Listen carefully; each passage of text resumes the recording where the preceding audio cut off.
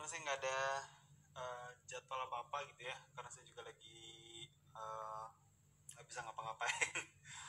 Website saya lagi nggak bisa ngapa-ngapain, konten saya lagi nggak bisa ngapa-ngapain. Saya habis benerin beberapa coding website gitu ya, dan karena saya nggak bisa ngapa-ngapain, so kita akan live aja.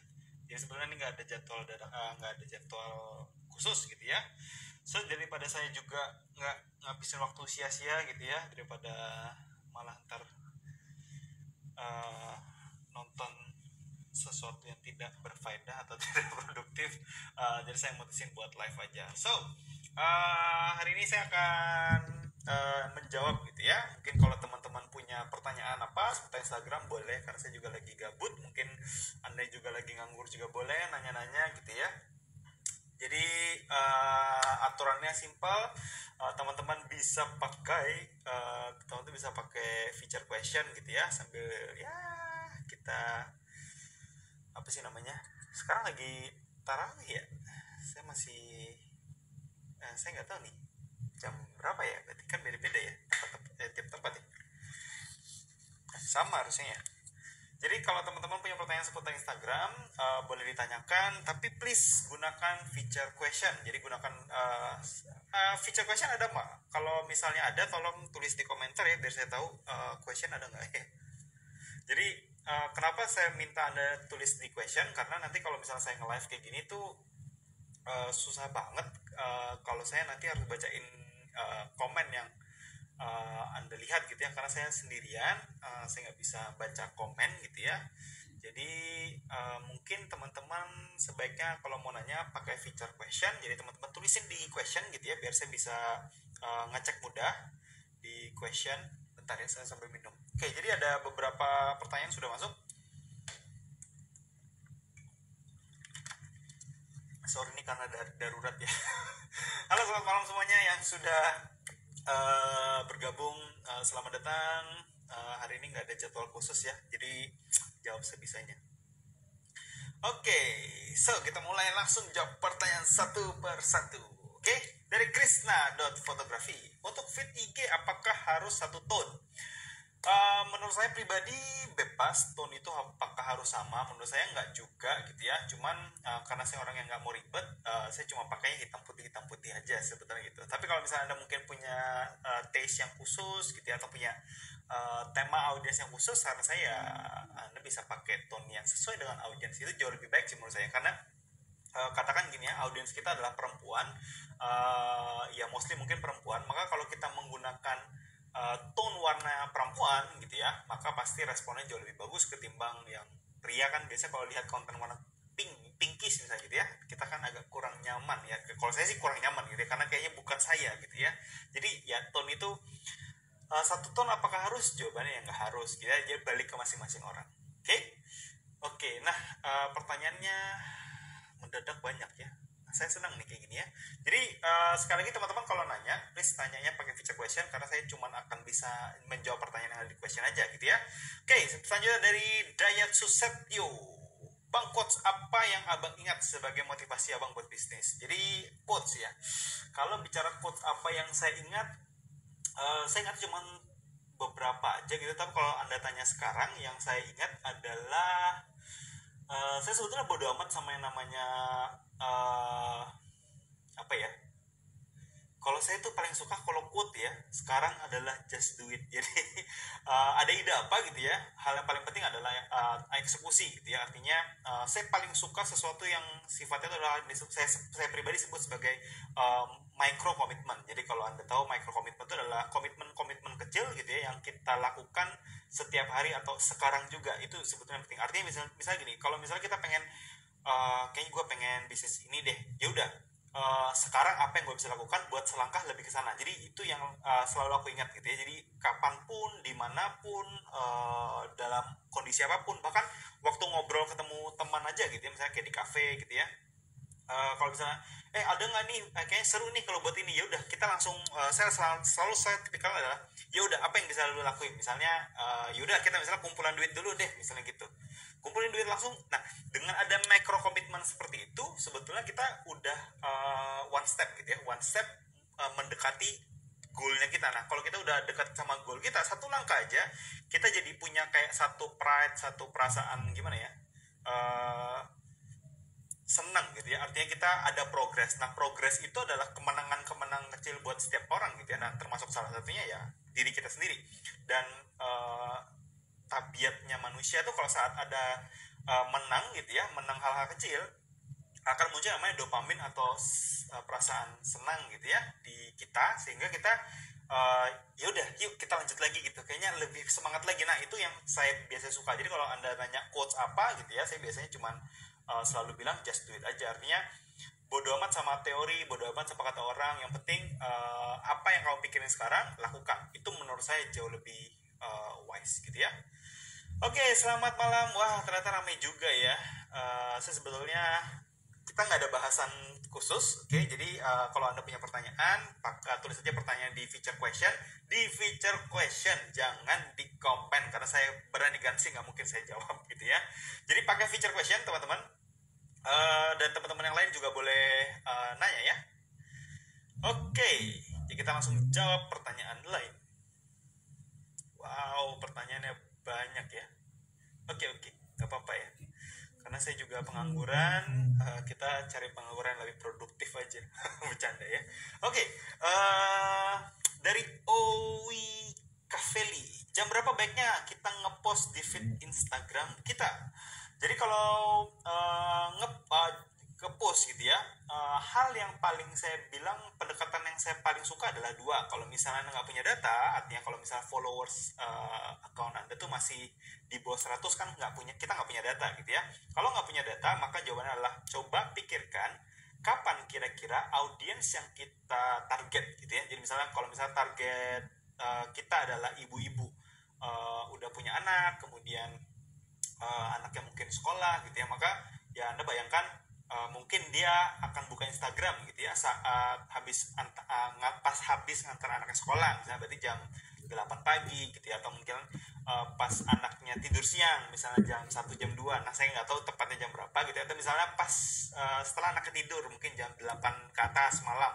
Nah di saat itulah Anda posting gitu ya. Jadi posting Instagram itu tidak ada jam yang, saya nggak bisa bilang jam yang pas gitu ya. Tapi kalau misalnya target Anda itu adalah misalnya karyawan, maka ya postinglah saat dia berangkat kerja gitu ya. Jadi jam 7 jam 8 pagi, atau misalnya jam istirahat jam 12 jam 1. Jadi jawaban yang paling tepat untuk jam berapa baiknya kita ngepost adalah balik ke audiensnya siapa gitu ya. Kalau audiensnya udah tahu, maka baru Anda bisa nanti menentukan jam yang optimal seperti itu. Kalau misalnya udah punya data, saran saya cek di data gitu ya. Cek di data, Anda bisa cek di insight, kemudian di tab audience, di paling bawah ada followers. Nah Anda bisa lihat di jamnya yang optimal di sana. Wow, saya kaget sekali, banyak sekali pertanyaannya. 20 pertanyaan. Wow. Semoga saya bisa jawab semuanya ya. Tapi ya saya akan coba, saya sebetulnya akan lebih sering live gitu ya, karena saya lagi nganggur juga akhir-akhir ini. Jadi kalau memang nggak pertanyaan yang nggak kejawab gitu ya, nanti teman-teman stay tune aja. Saya mungkin setiap kali live ya jam 7 jam 8 malam gitu ya. Jadi kalau misalnya saya nganggur, saya akan live. So pertanyaan berikutnya dari Cakra Duantara. Maaf ya pelafalan saya kalau salah. Bang, bagaimana caranya branding akun Instagram yang baru dibuat? Oke, jadi kalau misalnya kita ngomongin tentang branding, sebetulnya buat saya kita harus berangkat dulu dari apa goal utama dari membuat account gitu ya. Jadi kayak misalnya akun yang saya buat ini sebetulnya hanya untuk goal utama saya. Jadi kalau misalnya Anda, karena saya nggak mungkin tahu akun Anda apa gitu ya, tapi saya akan sharingkan dari sisi saya. Jadi akun @by_nico_julius ini sebetulnya saya bangun hanya untuk kepentingan saya belajar gitu ya. Jadi karena saya memang dulunya sekitar 6 tahun tepatnya, jadi 6 tahun terakhir saya memang lebih banyak berkutat di iklan. Jadi baik iklan Facebook, iklan Instagram, iklan Google, iklan YouTube, iklan LinkedIn gitu ya. Jadi saya memang backgroundnya tuh di iklan. Kemudian Desember 2019 kemarin, waktu saya pertama kali buat account ini, akhirnya saya berpikiran bahwa kayaknya seru juga gitu ya belajar tentang organik. Akhirnya saya pikir ya udahlah, saya coba buat akun Instagram organik. Kemudian kemudian saya akan coba 100% dengan menggunakan metode organik tanpa yang follow unfollow, tanpa giveaway, tanpa yang tanpa gitu-gitu. Saya pengen belajar gitu ya, tepatnya saya pengen mempelajari seperti apa sih Instagram bisa nggak growth dengan Instagram dengan secara organik gitu ya. Artinya kan saya banyak mendengar ya beberapa tahun terakhir kayaknya udah nggak bisa, Instagram itu susah banget kalau mau growth organik gitu ya, harus iklan lah, harus paid promote lah. Saya pikir ya udahlah, hajar aja, why not gitu ya, kan nanti tulus buat saya gitu ya. Jadi buat saya project pribadi gitu ya, yang ternyata seiring perjalanan waktu yang saya lakukan, saya sebetulnya tidak melakukan branding apapun gitu ya. Jadi kalau misalnya Anda memang pengen membranding diri secara profesional dan terpetik gitu ya, saran saya sih mungkin Anda belajar banyak tentang brand strategi gitu ya. Anda bisa ke Pak B gitu ya, Pak Subiakto. Anda bisa coba belajar banyak ke beliau tentang branding, pasti banyak gitu ya. Selain itu apa lagi ya? Intinya sih buat saya kalau misalnya bicara tentang branding itu kita harus bicara tentang satu hal yang spesifik dan dalam. Jadi kalau misalnya kenapa Anda mengikuti saya, mostly kebanyakan dari follower saya ya mungkin salah satunya Anda gitu ya, merasa bahwa apa yang saya sharingkan itu adalah karakternya adalah deep analytic yang mungkin tidak pernah Anda temukan di account lain, di orang lain gitu ya. Jadi sehingga Anda merasa bahwa saya itu dalam tanda petik expert gitu ya. Ya expert sebetulnya, cuman maksudnya perasaan expert itu ada, dan brand itu terbentuk karena mindset atau misalnya kayak pola pikir gitu ya. Jadi saat Anda mungkin kalau saya tanya siapa Nico Julius, mungkin ya kalau Anda follower saya Anda tahu bahwa siapa saya gitu kan.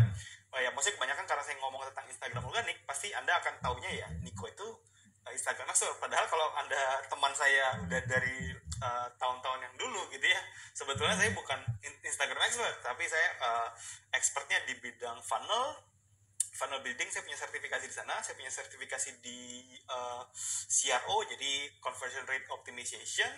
Kemudian saya juga ada sertifikasi di content marketing. Jadi sebetulnya saya punya background saya sebetulnya bukan di Instagram gitu ya. Jadi ya seperti itulah. Tapi branding itu sebetulnya bicara tentang sesuatu yang spesifik gitu ya. Karena kalau teman-teman tidak membangun sebuah image yang spesifik pada suatu topik tertentu, teman-teman nggak akan bisa build brand itu as a brand. Ngerti maksud saya ya? Jadi ya seperti itu sih. Oke, ini sebenarnya saya ngomongnya ngalor ngidul aja ya.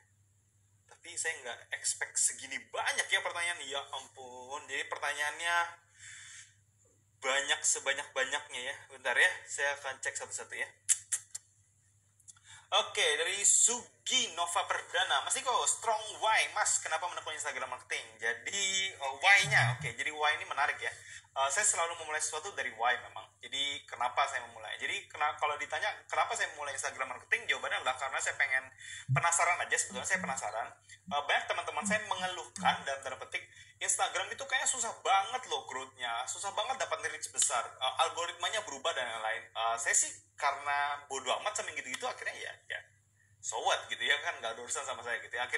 Tapi saya akhirnya tergelitik juga gitu, masa sih gitu ya. Akhirnya kita coba. Jadi sebetulnya why saya adalah sebetulnya pengen penasaran aja gitu ya. Saya sebetulnya orangnya penasaran banget, pengen suka belajar sesuatu gitu ya. Jadi yang saya lakukan adalah ya pengen belajar ya seperti apa Instagram gitu ya. Jadi saat saya membangun, yang saya lakukan adalah mendokumentasikan apa yang saya pelajarin. Jadi semua yang Anda lihat di account saya itu semuanya murni semua yang saya pelajarin. Jadi saya benar-benar belajar apa Instagram, kemudian saya dokumentasikan penemuan-penemuan saya, semuanya saya sharekan. Jadi itu yang saya lakukan.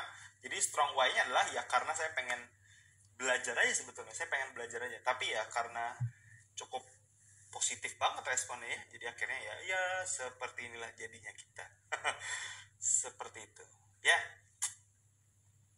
Oke, dari Yubel Toms, kalau ton kita ganti per periode bulanan atau 2 bulanan gimana? Jawabannya bebas, boleh. Artinya tapi teman-teman harus sadar bahwa gini, perubahan tone yang saya amatin dari Instagram itu adalah akan merubah yang namanya konten. Kalau di account saya pribadi, Anda bisa lihat bahwa saya tidak pernah mengubah tone, karena tone saya selalu hitam putih, sehingga Anda saat melihat konten saya dimanapun gitu ya, Anda cukup mudah mengidentifikasi, oh ini punya Mas Niko misalnya gitu. Tetapi saat Anda sering berubah-ubah tema konten atau tone konten, menurut saya itu akan menjadi bias buat si audiens kita atau followers kita, atau terutama fans kita, saat dia melihat bahwa ini siapa ya misalnya gitu ya. Atau misalnya saat Anda bayangkan kalau misalnya konten saya mendadak jadi warna pink gitu, jadi saat Anda melihat warna pink itu kan bukan saya banget gitu ya. Nah itu yang bisa membuat bahwa konten kita bisa jadi bias. Saat konten menjadi bias artinya orang bingung mengidentifikasi siapa ini gitu ya. Maka implikasinya biasanya nanti akan berpengaruh pada engagement rate yang turun. Itu yang saya amatin dan saya pernah maksudnya terjadi di saya beberapa kali gitu. Jadi hati-hati dengan masalah itu. Oh, suara saya nggak jelas ya? Saya masih belum bisa beli mic yang proper kali ya. Tapi ya nggak apa-apa ya, sambil jalan. Oke, semoga jelas ya suara saya. Oke, ini ada pertanyaan dari Art Benz. Kok mulai bisnis dari umur berapa? Saya sebetulnya bisnis itu mulai dari bisnis saya paling pertama itu adalah waktu saya SMA kelas 1, waktu saya masih sekolah SD SMA 7 Banjarmasin ya. Bisnis saya pertama di situ ya. Saya waktu itu Tiansi kalau nggak salah. Jadi saya ikut MLM. Jadi ya tahu sendiri ya kalau anak kuliah itu kan anak sekolah itu kan ya lumayan eksploratif gitu ya. Saya dulu ikut MLM, kemudian saya jualan, bangun network dan lain-lain, sampai akhirnya ya begitulah, saya punya pengalaman buruk dengan MLM itu. Akhirnya saya berhenti dan saya mulai banyak bangun bisnis offline atau bisnis konvensional. Jadi buat tempat produk makanan, buat kuliner, buat apa ya, banyak macam. Tapi itu pengalaman buruk saya bisnis pertama saya itu di MLM, network marketing ya. Umur berapa saya lupa ya, umur berapa ya saya, SMA kelas 1 ya, seperti itu. Jadi tapi itu juga membentuk saya sih. Jadi saya dulu orangnya takut gitu ya ngomong sama orang, tapi karena saya masuk di MLM waktu itu, saya kan dipaksa gitu ya, kita dipaksa untuk berani ngomong di orang, nyamperin orang. Nah saya sebenarnya bersyukur juga gitu ya pernah punya pengalaman seperti itu. Jadi ya ada suka dukanya lah. Oke, selanjutnya dari Prapi Gigi Asli. Kamu mau tanya bagaimana membuat toko kita ramai pengunjung? Apa perlu paid promote? Perlu PP repetisi? Oke. Membuat toko kita ramai, jawabannya simpel. Tinggal buat account yang bisa ramai tanpa jualan, kemudian account itu mengarahkan ke akun jualan. That's it. As simple as that. Simple banget, jangan dibawa pusing ya. Oke, kemudian Nicholas Andrianto, cari ide untuk konten biasa dapat dari mana? Jawabannya dari Anda semuanya. Saya selalu tanya ke Anda dan saya selalu gini, hal yang saya paling suka dan saya sering lakukan di Instagram maupun di sosial media manapun termasuk iklan adalah mendengarkan respon atau feedback dari audiens. Itu paling penting. Jadi kalau misalnya saya melihat bahwa kemarin banyak Anda yang melihat gimana caranya buat grup hashtag ini, jadi banyak komen. Anda mungkin memperhatikan bahwa saya cukup banyak menjawab komentar dari setiap postingan saya. Itu bukan saya menjawab juga, tetapi karena saya mendengarkan apa komentar yang Anda lakukan gitu ya. Nah komentar yang Anda lakukan itu adalah feedback buat saya, dan disitulah saya dapat ide konten sebetulnya. Jadi setiap hari saya selalu jagain komentar, sebetulnya bukan hanya sekedar memberikan feedback gitu ya, walaupun itu salah satunya, tetapi saya juga ingin mendengarkan apa sih respon Anda, konten apa yang kira-kira Anda butuhkan. Jadi ide konten itu banyak sekali menurut saya, dan yang paling simpel adalah ya Anda, audiensnya gitu ya. Jadi menurut saya gitu ya, kalau saat Anda membuat sebuah konten, maka yang paling penting buat Anda pertimbangkan adalah si audiens itu sendiri. Kalau misalnya audiens itu pengen mendengarkan sesuatu atau pengen topik tertentu, ya udah Anda tinggal buat konten itu. Itu kalau yang saya lakukan. Tapi kalau misalnya nih Anda nggak punya audiens seperti di kasus saya gitu ya, maka yang Anda lakukan adalah melihat kompetitor Anda. Anda bisa lihat kompetitor Anda, ya cari beberapa kompetitor, kemudian Anda lihat di kolom komentarnya. Komentar apa yang sifatnya repetitif atau sering Anda lihat muncul berkali-kali gitu ya. Dan Anda buatlah konten seperti itu gitu ya. Kemudian Anda mulai banyak networking sama orang-orang di sana gitu ya. Jadi seperti itu cara mencari ide konten. Menurut saya itu simpel sekali ya. Ya selain saya udah posting kemarin, banyak juga sumber yang saya biasa cari ya, seperti Quora, seperti Google, YouTube dan lain-lain. Jadi ya seperti itu. Oke. Selanjutnya dari Yuniza Rizwanda, Bang belajar digital marketing berapa lama dan pertamanya gimana? Jadi saya belajar dari 2014. Jadi saya belajar juga waktu itu saya karyawan gitu ya. Jadi masih bekerja di kantor. Setelah saya lulus kuliah, saya 2 tahun kerja di kantor. Yang saya lakukan adalah karena saya di Surabaya gitu ya, kantor saya di Gresik, dan setiap hari saya harus menghabiskan waktu sekitar 3 sampai 4 jam di mobil, buang waktu karena macet gitu ya. Jadi saya selalu berpikir kira-kira bisa dapat duit dari mana daripada daripada nggak jelas kayak gini gitu ya, karena macet 4 jam 5 jam pulang gitu kan. Menurut saya kayaknya terlalu buang-buang waktu. Jadi saya berpikir bisnis apa ya, kayaknya bisnis online menarik gitu ya. Akhirnya saya mulai browsing bisnis online, kemudian di sanalah saya diperkenalkan dengan saya ketemu SB1M waktu itu ya. Jadi saya ikut SB1M belajar, dan ya sampai sekarang seperti itu. Jadi tidak ada pendidikan formal gitu ya. Jadi saya ikut komunitas dulu karena menurut saya komunitas itu jauh lebih resourceful ketimbang saya baca buku. Walaupun buku yang saya baca banyak banget, tapi ya cukup banyak. Nanti mungkin sesekali saya akan coba share buku-buku apa yang penting buat Anda baca. Salah satunya ada juga yang saya suka ini. Kebetulan ada buku di sini. Tada. Jadi kalau Anda lihat, saya kasih tour sedikit Anda ya, biar Anda nggak bingung. Jadi kalau Anda lihat, ini meja kantor saya ya, agak berantakan. Tapi Anda bisa lihat nih, ini semua buku tuh. Nah, jadi itu adalah buku saya. Ini sebagian kecil dari koleksi yang saya punya. Di kamar saya di atas, saya juga masih punya satu rak full gitu ya, tentang buku ya. Jadi yes, saya cukup banyak baca buku gitu ya.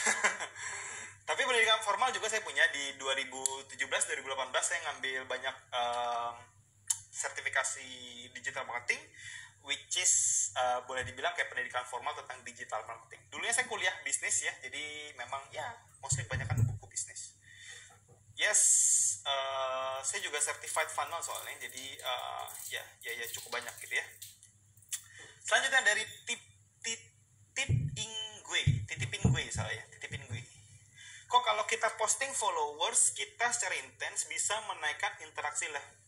Kalau postingan follower kita secara intens bisa menaikkan interaksi level. Jadi ini ya, bedakan antara interaksi dengan konsisten posting. Konten postingan yang tidak menarik atau tidak relevan dengan audiensnya tidak akan mendapatkan interaksi tinggi. Jadi sekonsisten apapun Anda posting. Jadi bukan masalah seberapa konsistennya penting, yes. Tetapi kualitas konten yang relevan gitu ya, itu jauh lebih penting. Artinya, kalau Anda nggak buat konten yang relevan ke audiens, maka ya pasti interaksinya jelek. Kalau misalnya interaksi jelek secara konsisten, bagus nggak? Ya pasti nggak bagus lah. Jadi kuncinya adalah mencari konten. Jadi gini, simpelnya adalah kalau misalnya Anda baru buat gitu ya, Anda baru mulai di Instagram, saran saya Anda fokus dengan 30-90 hari pertama gitu ya. Apa yang dilakukan adalah memikirkan kira-kira konten apa yang menurut Anda audiens butuhkan. Kemudian Anda buat terus. Jadi Anda buat terus. Setelah Anda buat terus gitu ya, baru nanti Anda melakukan namanya audit. Seperti yang saya sering jelaskan di banyak konten saya yang lain.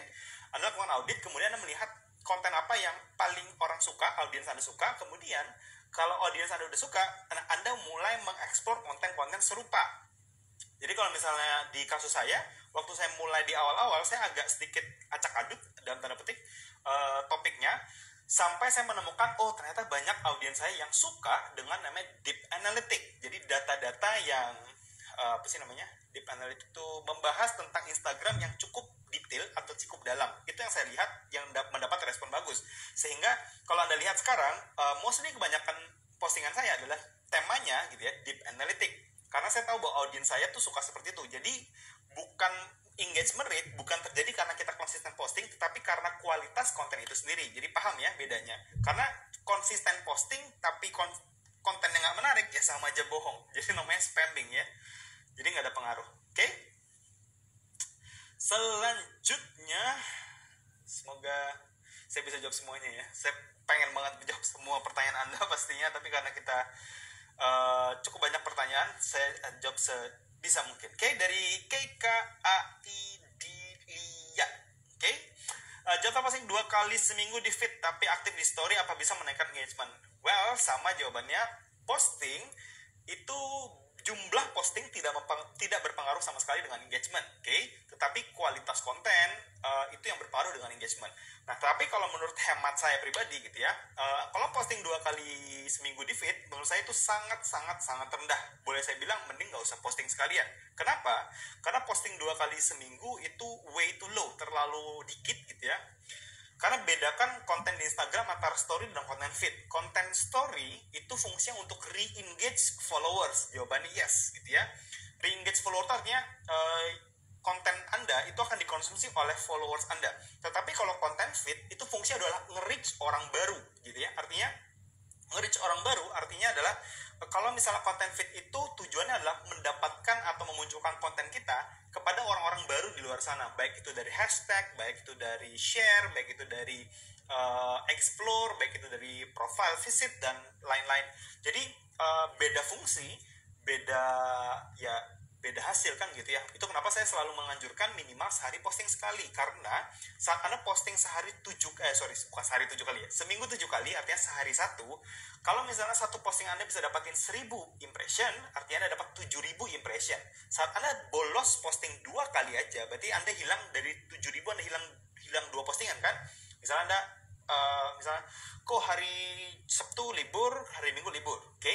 Ya udah, berarti Anda posting 2 hari libur, artinya Anda cuma posting 5 kali seminggu. Nggak apa-apa, Anda posting 5 kali seminggu, Anda hilang 2000 impression, artinya Anda hilang 28% impression dalam 1 minggu. Ya sudah, kalau misalnya Anda mau merasa bahwa itu nggak apa-apa buat Anda, ya silahkan. Artinya ya bebas sih. Artinya kalau misalnya Anda memang nggak terlalu pengen Instagram Anda growth-nya kencang, ya nggak apa-apa. Artinya Anda harus paham ya, beda dari konten feed dengan konten story itu punya 2 fungsi, dan 2 fungsi itu ya punya hal yang masing-masing dibutuhkan. Gimana sih bahasanya? Ya intinya gitulah. Jadi kalau memang Instagram Anda mau growth, maka saran saya buatlah konten feed yang konsisten. Artinya minimal sehari 1. Kalau story itu ya nggak ada pengaruh ya, buat re-engage kebanyakan. Dari ponperti.id, saya mau tanya dong, untuk iklan Instagram yang dimaksud dengan interest itu apa? Interest itu adalah minat dari setiap audiens. Kalau misalnya kita bicara tentang interestnya internet gitu ya, maka orang-orang yang dilihat sama, kan Facebook punya, kan kita kalau kita daftar di Facebook, Facebook itu akan menangkap cookies kita saat kita keliling di mencari, misalnya kita lihat artikel tentang internet gitu ya, kemudian kita baca itu, nah si Facebook tahu bahwa kita suka dengan topik internet seperti itu, dan iklan misalnya ada orang yang iklan ke internet, maka kita akan kena karena kita dianggap Facebook berminat dengan konten-konten seputar internet seperti itu. Kalau ngomongin tentang interest ya walaupun masih banyak sih yang lain. Oke, saya dari akhir Alarasati. Bang, gimana caranya kita tahu audiens kita? Yang tahu cuma Anda. Siapa lagi yang tahu? Nggak mungkin orang lain tahu. Yang tahu audiens Anda ya pasti Anda sendiri ya. Jadi gimana ya? Siapa lagi yang tahu kalau nggak Anda ya? Kan Anda yang punya. Anda yang punya bisnis ya. Oke, selanjutnya dari Agus Lee. Sebagai agen asuransi, gimana buat posting yang menarik perhatian? Soalnya biasanya dengar asuransi udah kabur. Menurut saya bukan masalah orang kabur apa enggak, tetapi memang mostly kebanyakan orang mungkin tidak aware dengan asuransi itu sendiri. Jadi yang perlu Anda buat sebetulnya konten yang mengedukasi orang tentang apa sih sebetulnya manfaat asuransi, kenapa asuransi itu penting, kemudian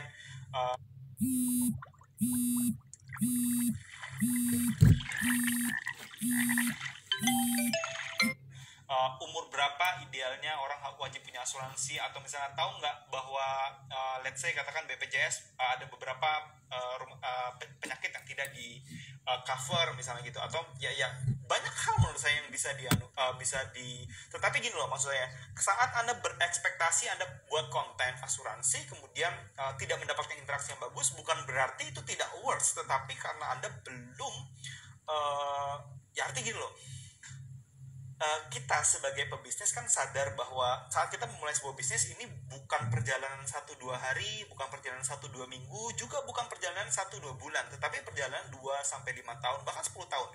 Artinya kalau Anda nggak komit gitu ya, nggak komit dengan diri sendiri untuk ya artinya gini ya, jangan terlalu tergesa-gesa dengan sukses dalam tanda petik gitu ya, karena sukses itu dibangun ya karena persisten, konsisten, komitmen gitu ya.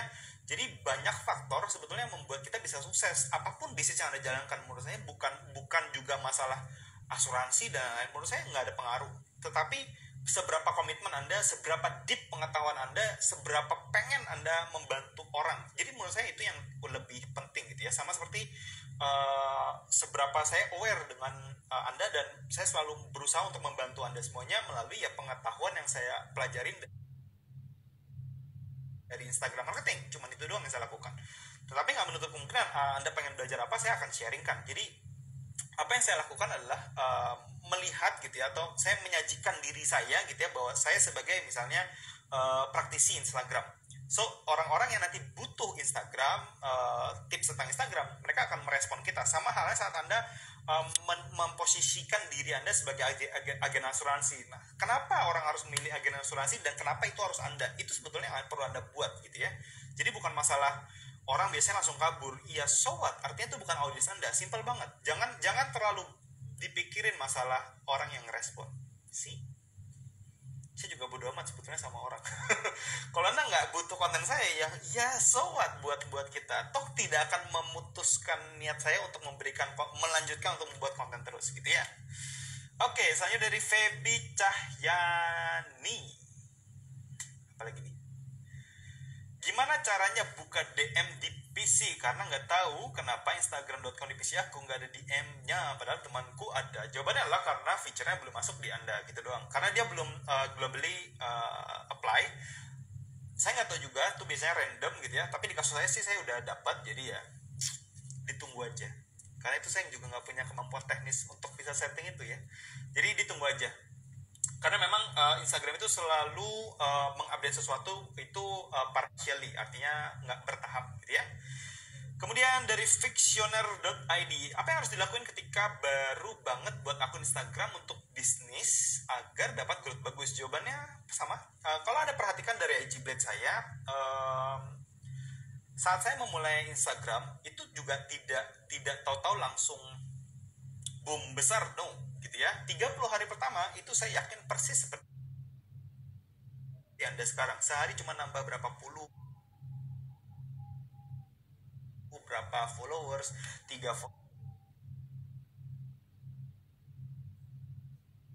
followers, 2 followers, 8 followers, 10 followers per day, per hari. Dan itu tidak memutuskan semangat saya untuk buat konten yang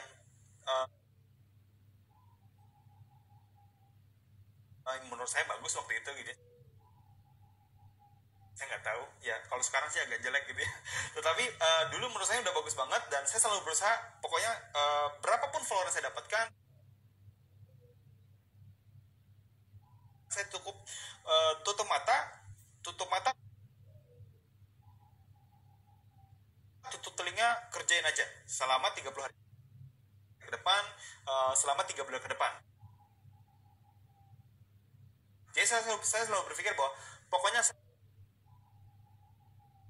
akan publish konten sebisa saya yang menurut saya bermanfaat buat orang selama 90 hari ke depan. Jadi itu yang saya lakukan. Jadi saya nggak akan berpikiran berapa growth yang saya dapatkan. Tetapi saat saya udah melihat ada pola-pola yang baik dari sebuah postingan saya, artinya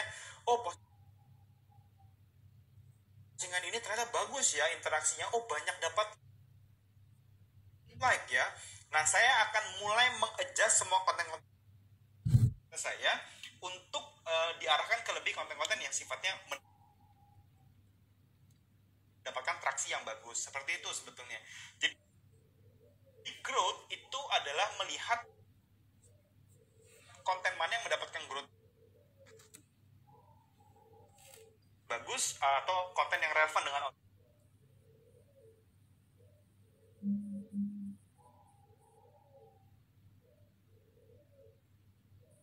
audience, kemudian Anda scale dari sana. Jadi itu yang saya lakukan. Oke? Jadi Anda harus punya apa sih namanya? sabar. Anda harus sabar gitu ya. Anda harus persistence. Jadi ya itu ya, harus belajar di situ. Oke, Rick Imrul yang gak mas, kursusnya di mana? Hah? Kursus apa? Saya nggak ada kursus ya. Kursus apa sih? Bingung gua. Dari Natasha Revika, menurut pendapat Mas, does follow and follow really works secara growth, followers, dan engagement? Well, kalau menurut saya follow and follow itu pasti works untuk meningkatkan followers, jawabannya yes gitu ya. Tetapi kalau misalnya ngomongin tentang menggrowthkan, saya nggak bicara tentang engagement karena engagement itu irrelevant dengan konteks gitu ya, karena engagement itu depends ke konten, follow and follow itu nggak ada hubungan sama interaksi, oke? Tetapi saya akan coba jawab, follow and follow itu akan works untuk meningkatkan followers, jawabannya yes, pasti bisa, oke? Saya nggak bilang itu nggak bisa, jawabannya bisa gitu ya. Jadi kalau misalnya tujuan Anda adalah meningkatkan followers, jawabannya bisa. Tetapi kalau misalnya Anda mau mendapatkan fans, mendapatkan audience yang nantinya rela atau misalnya pengen beli produk Anda, jawabannya no. Follow and follow bisa meningkatkan followers, yes. Tetapi kalau follow and follow untuk dapatin pembeli, tidak. Jadi tergantung Anda butuh apa. Kalau misalnya ada influencer yang Anda cuma butuh dalam tanda petik followers, why not? Itu kenapa banyak selebgram, influencer itu ikut dalam sebuah grup yang melakukan follow and follow, kemudian saling promote satu sama lain biar cepat naik, gitu ya. Tapi sekali lagi balik ke Anda gitu ya. Jadi saya bukan bilang bahwa itu nggak bisa growth, jawabannya bisa meningkatkan followers, tapi tidak buat meningkatkan sales, tidak buat meningkatkan conversion, oke? Tapi engagement irrelevant ya, nggak ada hubungannya. Itu full dari konten, oke? Realmu, landing page-nya pakai apa mas? Landing page-nya pakai OptimizePress, WordPress gitu ya. Simple question. Oke, dari Kamaludin 7090, akun yang harus di follow akun apa? Saya nggak tahu, yang sesuai sama Anda aja. Anda butuhnya apa ya, follow aja. Saya kurang tahu sih, saya agak baru di Instagram, jadi nggak terlalu tahu siapa ya. Oke, tidak punya produk tapi kita tidak punya produk tapi kita menjualnya. Misalnya beli madu, ini bikin nafsu makan. Saya nggak tahu, saya bingung pertanyaannya. Nanti Anda bisa tanya ke saya ya. Oke, kita lihat lagi. Dari Muhammad Rifai, Bang, apakah algoritma Instagram mengharuskan post setiap hari? Kalau per 2 hari apakah beda? Jawabannya bebas sebetulnya. Anda mau post hari, mau post 2 hari, tidak ada Instagram mengharuskan post, tidak ada. Tetapi impresi, reach, jangkauan gitu ya, termasuk follow, profile visit, website klik, itu terjadi karena post konsisten. Kebayang nggak saat Anda posting 1 hari dapat 1000 impression, Anda posting 2 hari dapat 2000, simple. Lebih banyak diklik mana, lebih banyak follow yang mana. Jadi bukan masalah algoritma Instagramnya, tetapi tergantung ya tujuan Anda apa main Instagram. Oke, kemudian apa lagi nih?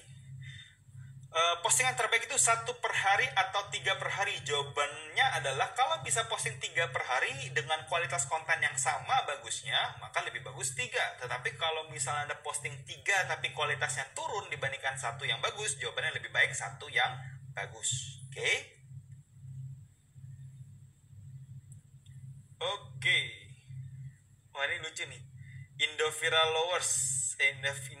lovers pengen jadi pengangguran kayak Mas Iko. Saya nggak pengangguran ya, saya banyak banget kerjaannya. Anda bisa tanya beberapa orang yang kenal saya, bahkan keluarga saya aja sering nggak lihat saya ya, padahal saya di rumah. Kocak banget ya. Certified funnel membahas apa saja? Banyak ya. Jadi yang dibahas banyak, mulai dari funnel building, funnel mapping, funnel analytic, tracking, ya validation, GTM, banyak banget yang dibahas ya. Ya gitulah. Oke, selanjutnya dari Dwi Kurnia Aslam, Mas, kalau kelas khusus desain feed dan story kayak kan? Wah, saya nggak tahu ya. Kalau desain saya pribadi pakainya karena cuma pakai PowerPoint jadi saya nggak PowerPoint sama Canva, jadi saya nggak tahu belajar di mana. Saya sih otodidak, jadi lihat-lihat punya orang gitu ya.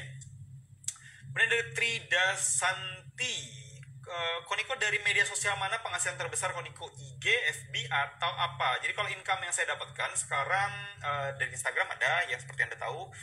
Kemudian kalau yang saya miliki sekarang tuh dari Facebook, Facebook Ads, kemudian dari Google SEO ada, YouTube juga ada. Jadi saya cukup banyak di banyak platform. Yang saya nggak dapat duit sekarang itu LinkedIn ya. Jadi LinkedIn saya belum monetize. Jadi that's why agak susah di sana. TikTok juga saya belum main ya. Saya tuh saking susah bagi waktu ya. Waktunya kurang ya, atau badan saya yang kurang. Auda Arsitek, AWD Arsitek, sorry ya. AWD Arsitek. Kak, kalau misal membuat post sebaik mungkin tapi like cuma dikit, gimana solusinya? Jawabannya adalah perbanyak kontennya.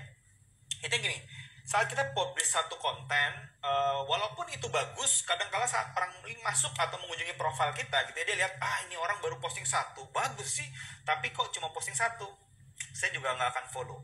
Tetapi saat Anda udah posting minimal 9, 12 postingan yang kualitasnya bagus, baru saya akan follow. Jadi bukan masalah kalau misalnya Anda dapetin like dikit dan bicara tentang like gitu ya, itu kan bicara tentang awareness.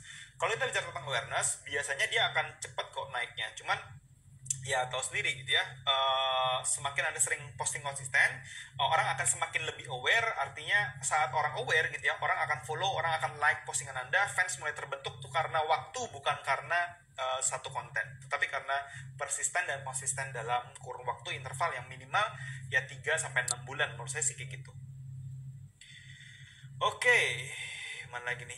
Gila, pertanyaannya banyak banget ya. Saya akan jawab secepatnya. Kasih tips dong Bu untuk tools buat konten seperti carousel yang bisa digunakan di HP Android. Saya jujur nggak pernah buat konten di Android, jadi saya nggak bisa komentar. Mungkin Anda bisa cari di teman-teman saya tuh di Bagi Jurus ya. Anda bisa cari di hashtag Bagi Jurus, tuh banyak mereka ngajarin tentang buat konten dari HP. Nggak salah ada Eko juga di sini ya. Eko juga bisa, Eko Zara ya. Itu juga boleh. Ninik Wijaya 77, bagaimana cara verifikasi akun Instagram biar dapat centang biru? Saya pribadi juga masih perjalanan centang biru, jadi saya nggak bisa jawab karena saya belum centang biru. Saya akan jawab saat saya udah centang biru. Oke? Stay tune aja. Tapi target saya sih bulan Juli ya, bulan Juli. Jadi saat saya berulang tahun, semoga saya akan dihadiahi dengan blue badge. Semoga. Oke, doakan aja. Alexandra Verina, malam Kak, saya mau tanya, Kak, kira-kira faktor apa aja yang bikin IG ads di reject? Banyak banget, terutama di TOS iklan ya, TOS iklan atau term of service. Anda bisa baca semuanya. Saya nggak bisa sebutin satu-satu karena banyak banget. Jadi saran saya baca di sana ya. Oke, selanjutnya dari NH29BDG. Menurut kamu kira-kira skill apa yang banyak dibutuhkan pasca decline COVID-19 recovery perekonomian? Menurut saya yang cukup besar adalah terutama marketing gitu ya, digital marketing menurut saya, atau online marketer itu akan cukup punya minat yang besar. Kemudian digital marketing itu luas, artinya Anda bisa sebagai copywriter, Anda bisa sebagai content marketer gitu ya, content marketing, sorry. Kemudian content creator dalam bentuk visual seperti ini, kemudian video creator, kemudian Anda bisa juga sebagai web designer, Anda bisa juga sebagai page ads manager, kemudian bisa jadi social media manager, social media analyst, banyak sekali, community manager.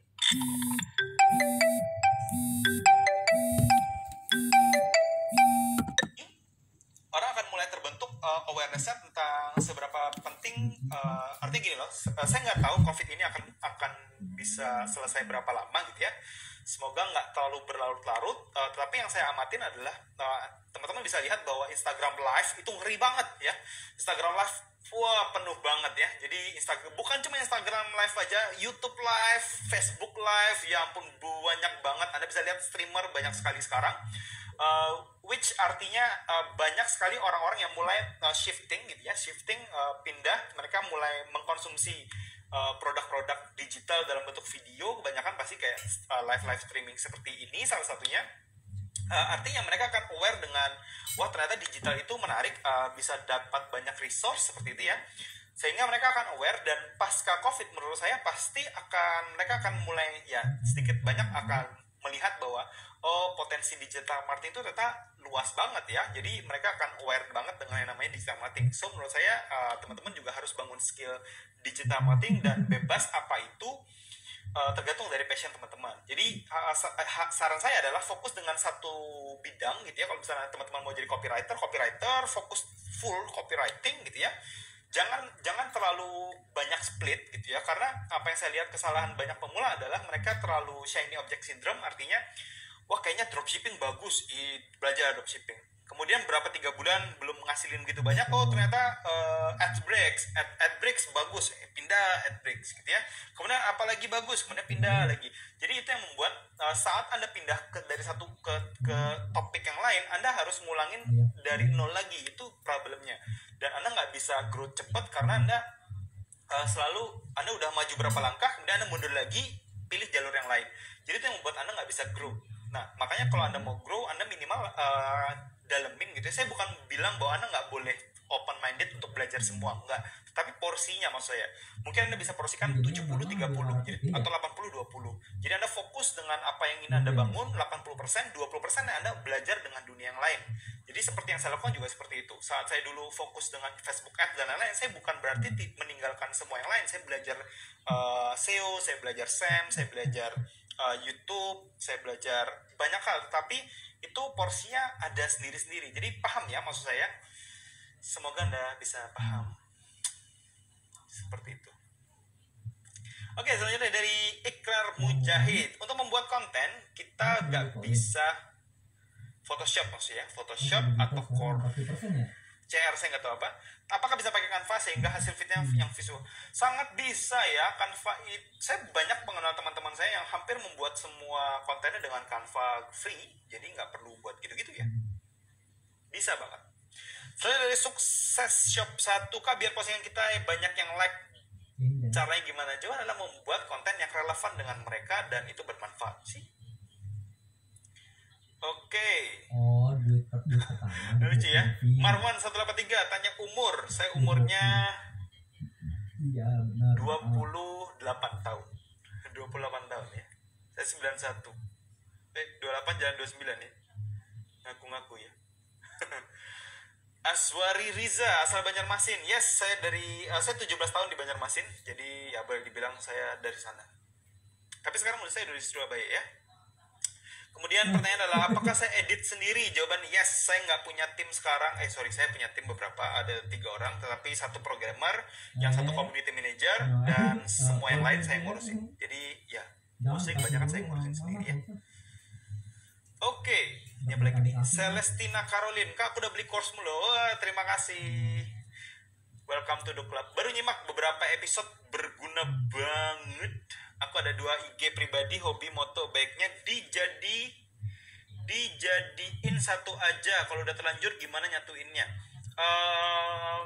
Saran saya kalau misalnya ada hobi, ada IG pribadi dan hobi moto, saran saya sih dipisah boleh, tapi kalau mau digabung juga boleh. Artinya bebas dari Anda sih.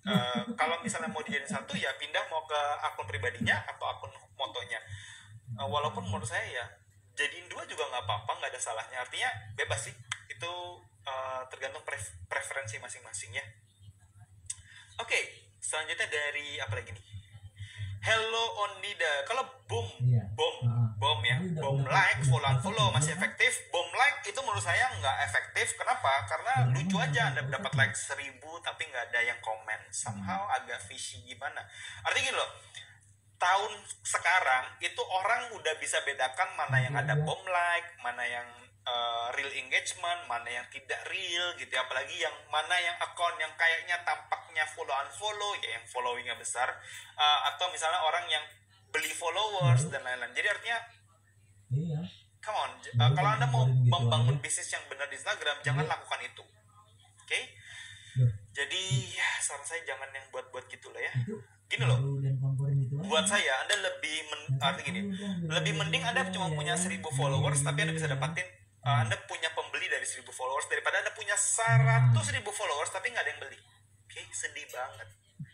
saya bukan bilang 100.000 nggak ada pembeli itu nggak terjadi ya, karena banyak sekali teman-teman saya yang punya account sampai 200.000, 700.000, bahkan ada yang 1 juta followers, tapi nggak bisa dapatin sales dari sana. Kan lucu banget buat saya somehow.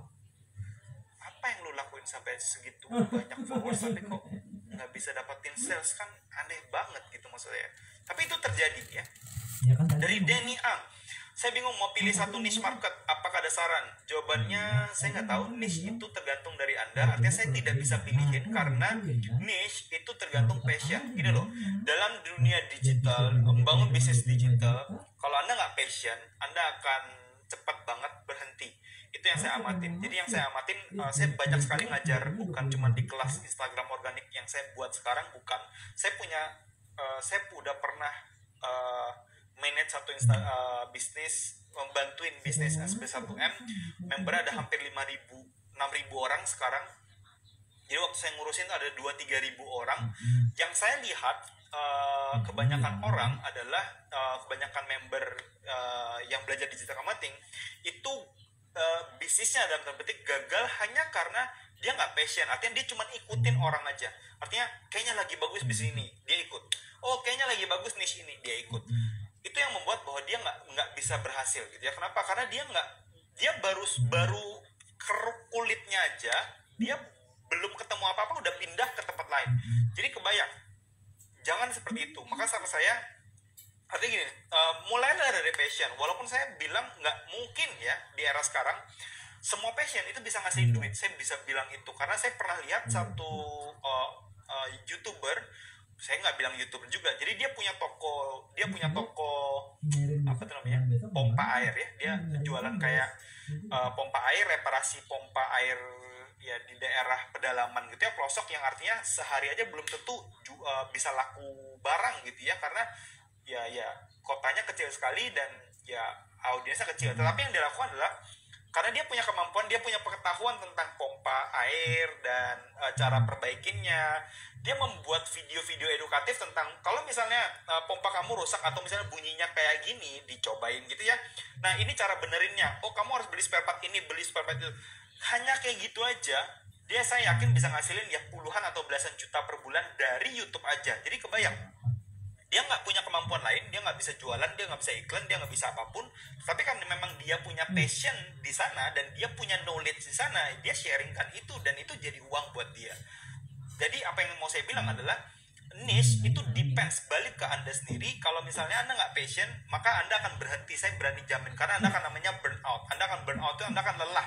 Anda akan ketemu, gini, setiap bisnis pasti punya struggling sendiri-sendiri, dan kalau itu bukan passion Anda nggak bakalan tahan dengan struggling itu yang membuat Anda berhenti. Jadi daripada Anda berhenti, mending Anda kumpulin, maksudnya renungkan sendiri gitu ya, Anda mau fokus di mana, tetapi berkomitmenlah untuk fokus di sana minimal 2-3 tahun. Itu yang saya pribadi sarankan gitu ya. Jadi saya nggak bisa saranin karena menurut saya semua niche sekarang bisa dimonetize atau bisa ngasihin duit. Jadi bukan masalah apa niche-nya, tetapi apa yang menjadi passion Anda yang membuat Anda akhirnya nggak bakalan berhenti kalau Anda gagal. Itu yang paling penting. Gue kayak motivator ya, nggak gitu ya, saya bukan motivator. Oke, saya dari Hello Ondida. Kalau IG All Shape mau fokus ningkatin brandingnya apa aja brandingnya aja, apa tetap harus bikin konten viral? Jawabannya iyalah, konten yang bentuknya viral itu fungsinya untuk mencari traffic, dan traffic itu dialirin kemana baru bisa ngasih duit. Jadi jawabannya ya harus pakai. Oke, selanjutnya dari Bang, traffic organik paling banyak buat Instagram itu dari mana? Anda udah jawab sendiri. Traffic organik paling banyak dari mana ya? Dari organik. Mostly kebanyakan dari, mungkin Anda nanya impression. Kalau impression paling besar ada dari dari share gitu ya, dari virality. Jadi apa yang saya lihat adalah home itu nggak akan bisa besar, hashtag itu nggak akan bisa besar banget, tetapi other itu bisa besar banget. Itu scalability-nya tinggi sekali. Jadi membuat sebuah konten yang bisa viral itu jauh lebih worth it memang sih. Ya, saya senang juga nih lihat beberapa anak-anak yang di kelas Instagram organik itu udah mulai banyak menemukan pola mereka sendiri-sendiri yang membuat konten mereka bisa jadi viral ya. Jadi saya bahagia banget ya. bisa membuat sebuah pelajaran yang bisa bermanfaat banget buat teman-teman di sana ya. Oke, selanjutnya dari Andi Sutomo, akun biar respon oke, insight banyak impresi, banyak rutin post tiap hari gimana, relevan. Ya wes ini seru. Saya bingung nih jawabnya nih. Pertanyaannya agak gantung-gantung gimana gitu. Iya. Jawabannya adalah posting konsisten, posting yang bermanfaat, konsisten, pakai hashtag yang relevan, yang sesuai dengan kekuatan account, konsisten, komitmen, persisten. Oke, mana lagi ya? Gimana caranya membuat konten story yang menarik seperti apa? Story yang menarik saya nggak tahu, tergantung dari audiens Anda.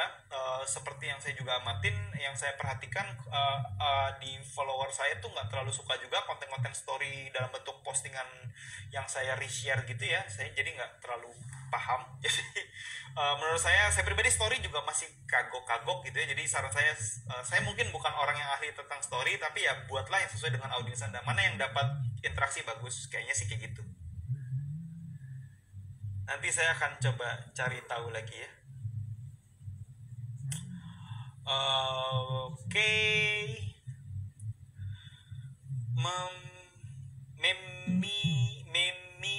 Tasya, hashtag yang bagus diganti per berapa lama? Per minggu, per 2 minggu, per bulan?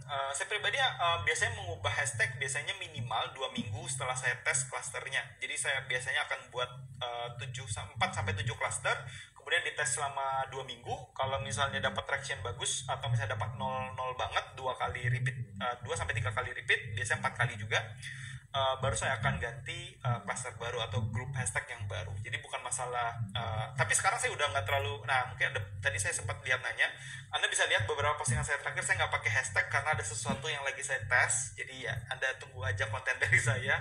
Tapi terkait masalah hashtag itu bagusnya berapa ya, 15-25 saran saya. Dan Anda perlu ngetes namanya clustering. Jadi Anda mungkin bisa baca konten saya beberapa hari yang lalu, kemarin ya, konten saya yang kemarin tentang clustering hashtag, ya Anda baca aja ya. Oke, selanjutnya apa lagi nih? Saya sorry banget loh ya, pertanyaan ini banyak banget sampai saya tuh bingung yang mana. Jadi saya tuh pencet sembarangan ya.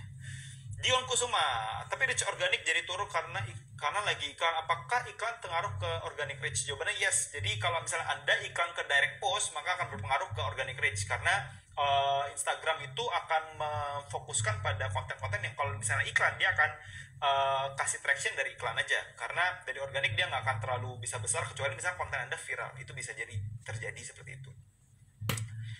Oke, ini ya. Jadi ini pertanyaan sebelumnya tadi. Bro, gue lagi testing naikin traffic pakai boost iklan, tapi karena pas lagi iklan dia bisa turun gitu ya. Organic reach-nya malah turun. Jawabannya yes, memang kayak gitu. Jadi konten iklan dengan konten organic post itu harus dibedakan, nggak bisa sama. Kalau misalnya sama, dia akan mengkanibal reach dari organiknya. Yes, jawabannya seperti itu. Karena iklan kan lebih diprioritaskan karena Anda bayar pakai duit. Oke, ini pertanyaan yang menarik. Kalau live Instagram ngaruh nggak penambahan follower? Jawabannya kayaknya enggak gitu ya. Karena fungsi dari stories, fungsi dari live menurut saya adalah fungsi untuk re-engage ke followers Anda. Sebetulnya seperti itu. Jadi bukan buat ningkatin followers ya, karena nggak ada tombol follow dimanapun. Jadi nggak pengaruh kayaknya ya. Sepengetahuan saya sih. Kecuali Anda nge-share ini ke semua orang. Tapi saya yakin Anda nggak terlalu banyak nge-share kali ya. Karena saya juga nggak pernah ikut live orang, saya nge-share gitu ya, jadi kayaknya kok agak nggak mungkin gitu. Oke, selanjutnya dari ada Shaw Andreas, apa yang Bapak, wah saya dipanggil Bapak ya, lakukan untuk tetap make money di kondisi sekarang? Jawabannya ya mempromosikan produk yang relevan aja dengan orang. Artinya gini loh, menurut saya di era COVID-19 ini memang konsumsi orang berubah gitu ya, tapi bukan berarti mereka tidak spending uang. Mereka spending uang, tetapi kemana itu doang. Artinya kalau misalnya Anda jualan properti, ya mungkin di COVID-19 akan susah jualan properti karena orang nggak mungkin beli properti. Mereka akan lebih merasa bahwa ya mungkin dia akan lebih care dengan kesehatan, mereka akan care dengan alat ya kebersihan dan lain-lain, makanan dan lain-lain. Jadi ya Anda perlu peka aja melihat seperti apa. Dan menurut saya jangan terlalu strict banget dengan bisnis yang Anda jalankan atau produk yang Anda jalankan, karena bisnis itu perlu adjusting dan adjustment. Anda perlu peka juga sama itu ya. Jadi jangan terlalu strict dengan bisnis. Oke, sayangnya ternyata saya akan dipaksa untuk berhenti live. Saya masih punya waktu 1 menit lagi, jadi saya akan jawab satu pertanyaan terakhir gitu ya. Nah, ini juga menarik buat saya. Terakhir saya akan kasih tips ini ya. Jadi dari Nike Noviana. Kok tips buat ngomen yang masih lelet kayak aku. Jadi saya pribadi gini ya. Bisa karena terbiasa. Jadi kalau misalnya kamu pengen belajar ngomong yang lancar, saran saya belajar untuk ngomong di depan kaca atau di depan